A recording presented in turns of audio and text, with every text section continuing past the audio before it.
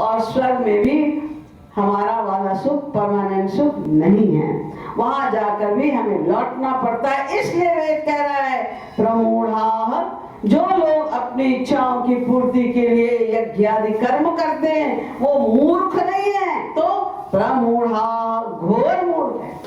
मूर्खता की अंतिम सीमा पर है। वो इतनी मेहनत करेंगे, पहले शास्त्र पढ़ो, उसके अर्थ को जानो, फिर एक एक कर्म की प्रैक्टिस करो, उसको याद करो, तब जाकर एक यज्ञ करो, और उसके बाद भी गलतियां हो जाए तो फिर तुमको फल मिलेगा, दंड मिलेगा उसका। और अगर तुमने कर भी लिया तो 100 यज्ञ जब तुम लगातार कर पाओगे ठीक, तब फल मिलेगा उसका। तो इसीलिए प्रमूढ़ा कहा गया है। ये तो कर्म है, इसका फल अधिक से अधिक स्वर्ग मिल सकता है और कुछ नहीं। अब नंबर 2 जो कर्मयोग में बता रहे हैं, यानी कर्म प्लस भक्ति।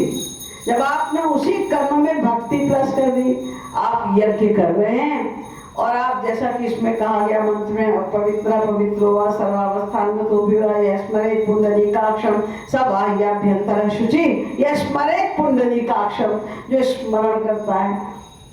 अब कौन पंडित कहेगा पहले तुम बैठ के ध्यान लगाओ भगवान का, तो पंडित क्या करेगा उतनी देर बैठ के? वो सब अपना एक मंत्र बोला और उन्होंने कहा स्वाहा, जब स्वाहा कहें तो उठा के एक सामग्री डाल दो। जी आप तो बोल रहे हैं विष्णु ललाटी में सिर्फ विष्णु, ये विष्णु जी कहाँ है? विष्णु नहीं है। तो बस जब हम स्वाहा कहें तुम डाल दो। उन्हें बेचारों को पता ही नहीं क्या इसका अर्थ है, क्या करने का मतलब है, क्या कर रहे हैं, कुछ नहीं पता, तो खाली शारीरिक वर्क हो रहा है इसमें। लेकिन जब आप याद करके हर कार्य को, यज्ञ को, जो भी आप कर रहे हैं, भगवान का स्मरण करके, भगवान के लिए, उनको प्रसन्न करने के लिए अगर आप उनका ध्यान करते हुए कोई कर्म कर रहे हैं, तो वो कर्म कोरा कर्म नहीं है, वो कर्म योग कहलाता है। और ऐसा कर्म परम वंदनीय है। क्यों?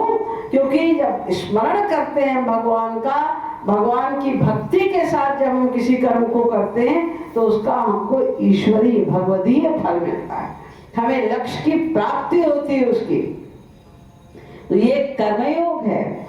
और तीसरा है कर्म संन्यास, यानी जब आप और कुछ नहीं करते, आपको नहीं पता क्या वेद शास्त्र कहते हैं, क्या कर्म करना चाहिए, क्या नहीं करना चाहिए, लेकिन आप प्रतिक्षण भक्ति कर रहे हैं, भगवान का ध्यान कर रहे हैं, भगवान की भक्ति में आप लगे हैं। आपको नहीं पता कि इसकी विधि क्या है, शास्त्रीय विधि क्या है इस कर्म को करने की। आप तो जैसे अपने स्त्री पति बाप बेटे के लिए करते हैं, ऐसे भगवान की सेवा कर रहे हैं इनोसेंटली। तो उसको कर्म संन्यास कहते हैं। यानी आपको भी वेदों को छोड़ो, बस केवल भगवान की भक्ति हो रही है। ऐसा कर्म भी परम वंदनीय है, क्योंकि इसका फल भी ईश्वर प्राप्ति होगा, माया निवृत्ति होगी, भगवान वाला फल मिलेगा।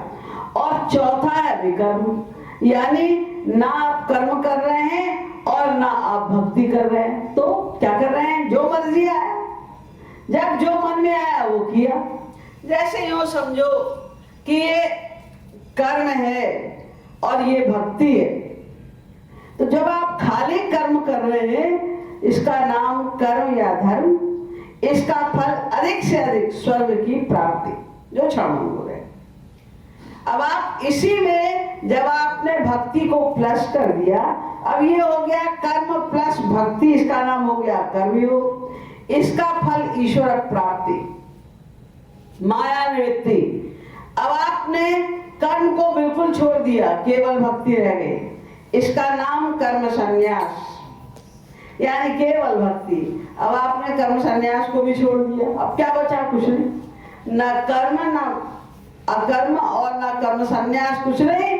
तो आप क्या करेंगे? जो मर्जी आएगा, जब मन में उठे सो के, जब मन में आया सो गए, जो मन में आया खाया, जो मन में आया पिया, जैसी मर्जी आई वैसे। क्या है, हम वेद शास्त्र की परवाह नहीं करते, तो क्या भगवान की भक्ति करते रहते? ना, भक्ति में हम विश्वास नहीं करते। तो आप क्या करते हैं? हम अपने ऊपर विश्वास करते हैं, जो मर्जी आता है अपने मन पर विश्वास करते हैं, जो मन में आता है वो ये करते रहते हैं अंडमान। तो अन्नबन करते हो तो अन्नबन फल भी मिलेगा, यानी विकर्म का फल नरक अवश्य मिलेगा। जब कुछ नहीं कर रहे हो तो उसका फल नरक, जब गलत कर्म करोगे तो उसका फल नरक मिलेगा। तो ये 4 प्रकार के कर्म हैं। एक का फल स्वर्ग जो नश्वर है, एक का फल ईश्वर प्राप्ति जो हमारा लक्ष्य है, तीसरे का लक्ष्य भी ईश्वर प्राप्ति जो हमारा लक्ष्य है, और चौथे का फल नरक। तो आप तो इतना समझते हैं कि आपको ना तो स्वर्ग जाना है क्योंकि वो क्षणभंगुर है, और ना ही आपको नरक जाना है क्योंकि वहां तो कष्ट है ही। अब बाकी बचे 2, कर्मयोग और कर्म संन्यास। इनमें से हमें एक चूज करना है।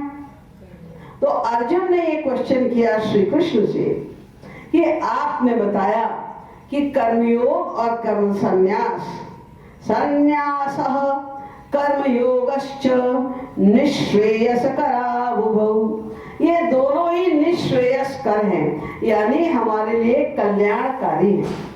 तो इन दोनों में भी हमारे लिए बेस्ट क्या है? कर्म संन्यास बेटर है कि कर्मयोग बेटर है? तो भगवान श्री कृष्ण ने कहा तयोस्तु कर्म संन्यासात् कर्मयोगो विशिष्यते। कर्म संन्यास से कर्मयोग बेटर है। क्यों?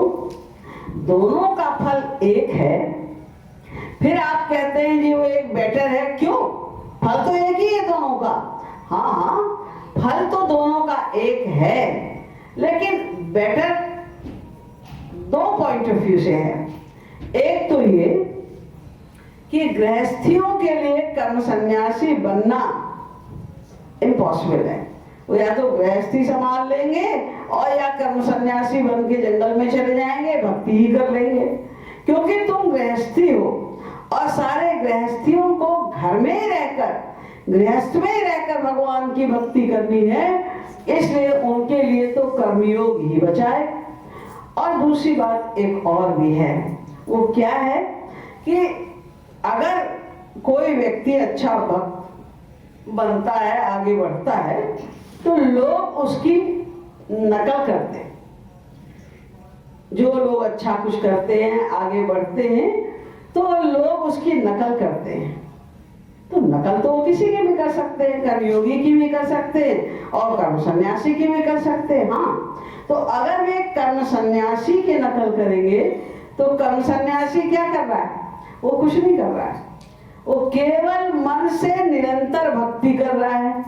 ऊपर से ना तो वो कोई सुबह जल्दी उठ के और कुछ संध्या वंदन वगैरह कर रहा है, ना कोई उठ के आरती वगैरह कर रहा है। वो हर समय डूबा है भगवान के प्रेम में, हर समय भक्ति कर रहा है मन ही मन। तो कोई दूसरा क्या इमिटेट करेगा, क्या सीखेगा उससे?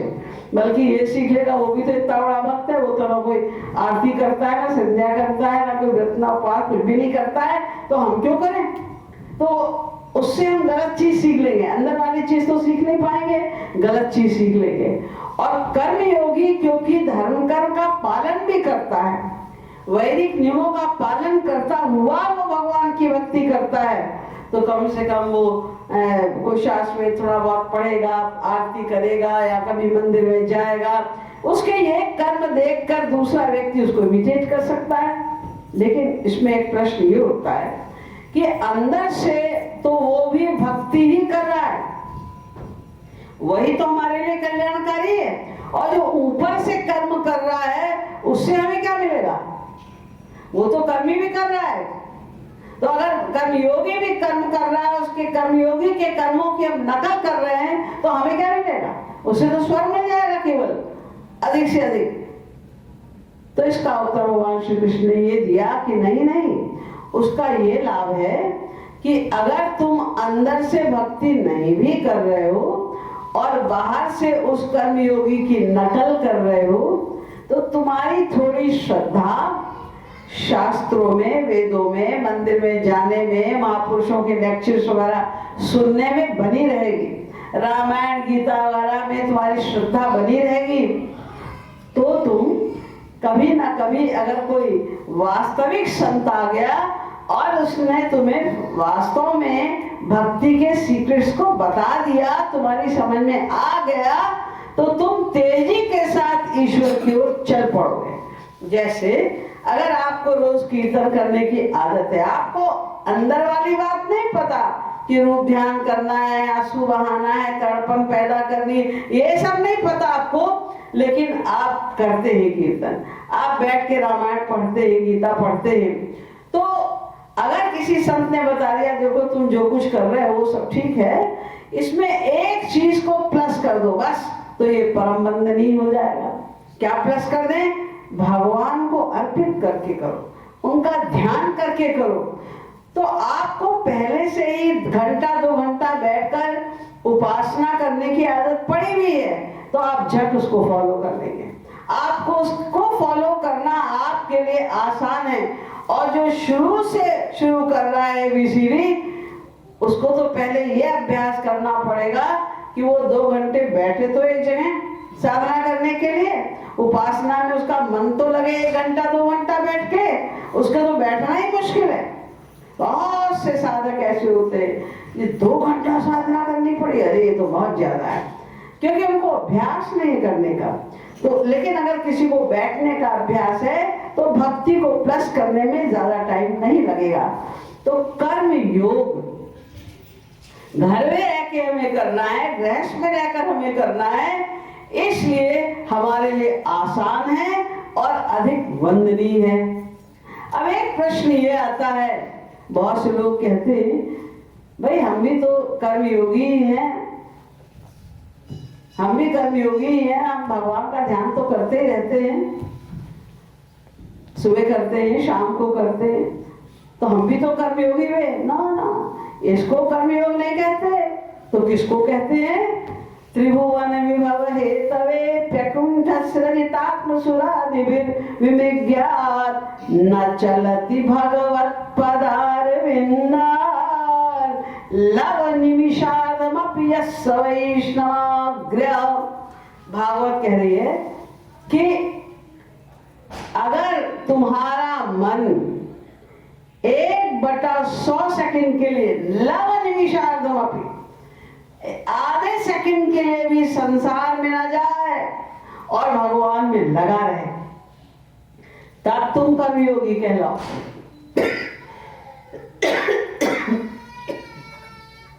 निरंतर मन लगा रहे, थोड़ी देर भगवान का स्मरण कर लिया, उनका नाम ले लिया, इसका नाम कर्मयोग नहीं। मन को भगवान में समर्पित करना, समर्पण कर देना, उसके बाद आप कर्म करो जो वेद शास्त्र में लिखे हैं कर्म, उनको यथाशक्ति करो। यथाशक्ति माने जितना हो जाए करो, जो नहीं होता छोड़ो, उसकी परवाह मत करो। जैसे मान लीजिए आप सुबह 4 बजे उठ गए, अब 4 बजे उठ के आप कीर्तन भजन कर रहे हैं, गा रहे हैं भजन बड़े आनंद से श्रद्धा पूर्वक आंसू बहा के, अब 6 बज गए। क्या बात है 6 बजे? अजी 6 बजे तो आरती का टाइम हो गया, अब आरती करनी पड़ेगी। अरे इतना आनंद आ रहा था, रस मिल रहा था कीर्तन में, अब आरती करनी पड़ेगी। अरे हो जाएगी आरती बाद में कर लेना, तुमको रस मिल रहा है भक्ति में, भक्ति ही तो तुम्हारे जीवन का लक्ष्य है, तो करो कीर्तन। अजी नियम का उल्लंघन तो, अरे बाहर में जाए नियम, भक्ति ही तो मेन है, वो तो तुम कर रहे हो, करो। यानी भक्ति में बाधा ना आए, बस ये ध्यान रखो। भक्ति करनी है हमको मेन, कर्म से मतलब नहीं है। कर्म तो भगवान क्या नोट होता ही क्यों? वही कर्म नोट होता है भगवान के यहाँ जो तुम मन से करते हो।